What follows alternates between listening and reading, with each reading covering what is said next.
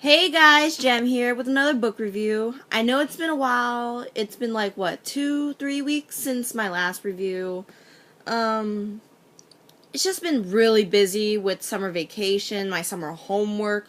I'm taking US History AP next year, and then all my classes are advanced. None of them are like regular college prep classes. They're all advanced, and it's just been crazy with the homework that I've had, and I need to finish before September starts. And I haven't even started reading Catcher in the Rye for my summer homework because I really honestly do not want to read it, but I have to. But anyway, this time I'm going to be reviewing Grl2grl by Julia Ann Peters. This is a collection of short stories of, Grl2grl. And, well, let me just this will not be a spoilers review. There's not really much to even spoil because they're all just short stories. None of them have been like really long or anything. But I rate this a 9 out of 10 instead of the usual 9.5 I do for Julie Ann Peter books, because some of them it just made me feel just so like sad and depressed, because some of the stories made me just feel so sad and so emotional for the main character of that one story. Now, onto the synopsis. In this honest, emotionally captivating short story collection, renowned author and National Book Award finalist Julie Ann Peters offers a stunning portrayal of teens as they navigate the hurdles of relationships and sexual identity. From the young lesbian taking her first steps toward coming out, to the two strangers who lock eyes across a crowded train, to the transgender teen longing for a sense of self, or the girl whose abusive father has turned her to stone.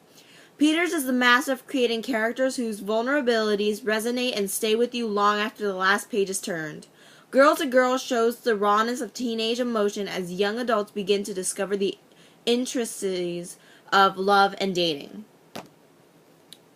There's not really much to say. It's like each short story is about, well, the main character is always a girl, of course, and they're always in love with, like, not always in love, but it has to do with LGBTQ girls and stuff.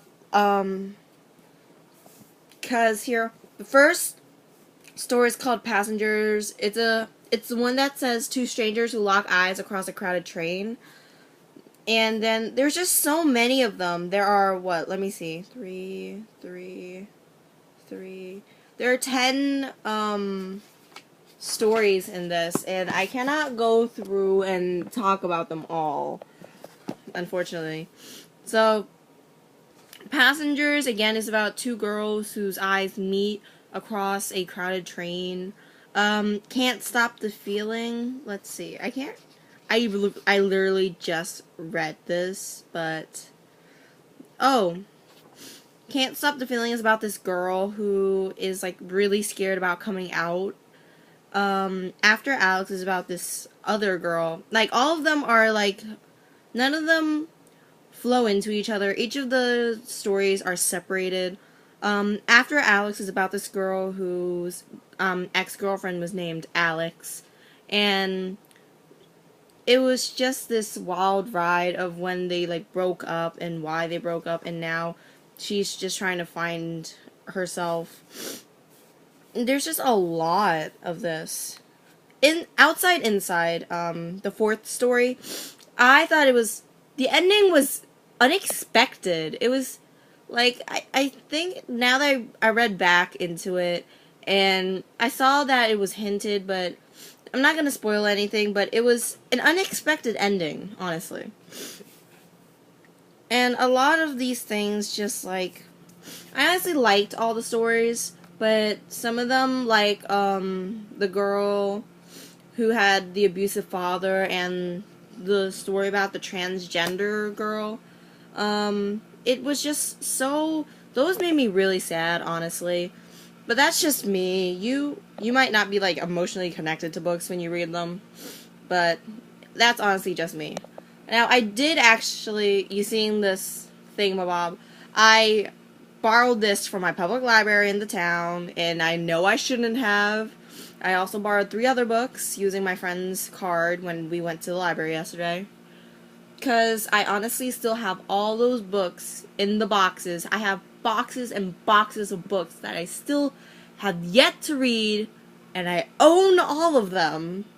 Like, personally, I own them, not like borrow them from somebody. I personally own all of them, and I have not read one book from that thing, which I think is very, very sad of me. But, I did read Luna. But it was mostly because I liked it, and it was for my school, unfortunately. So, I'm trying to pick up reading again. I've been in a slump, but I actually did get 3 more books. I do have 3 more books. If by the time you read this, I'll Be Dead by Julianne Peters, Carnival of Souls by Melissa Marr, and Before I Fall by Lauren Oliver, the one who did Delirium. So I will be reading these in the order of their size. So I'm going to be reading, by the time you read this, I'll Be Dead. Then I'll be reading Carnival of Souls. And then I'll be reading Before I Fall. Hopefully I get all these done and put reviews up for them, because I really want to read all of these before the deadline, which is at the end of August, the 28th.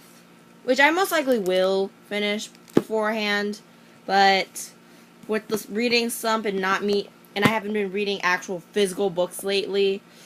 I mean, this is the 2nd book I've actually, technically 3rd, because Sparks at the beginning of July, but so this is technically the 3rd book I've read all summer, and that is a very, very sad thing, because all I've been reading is fan fiction, and I need a real physical book to finish.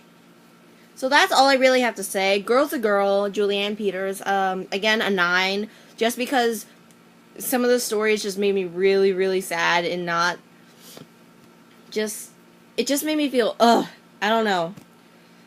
But, that's all I really have to say. So, again, the next book I'm going to be reading is, by the time you read this, I'll Be Dead by Julianne Peters. I'm going to see, I'm going to try to read this, honestly. I will attempt. And then, there are other books that I have. I have 3 ebooks that I got from authors that I have yet to read. And, oh man, just the craziness of how many books I have and all the ones I have to read. It's just overwhelming at the moment. So, again, that's all I really have to say. So I guess I'll see you guys later. Bye!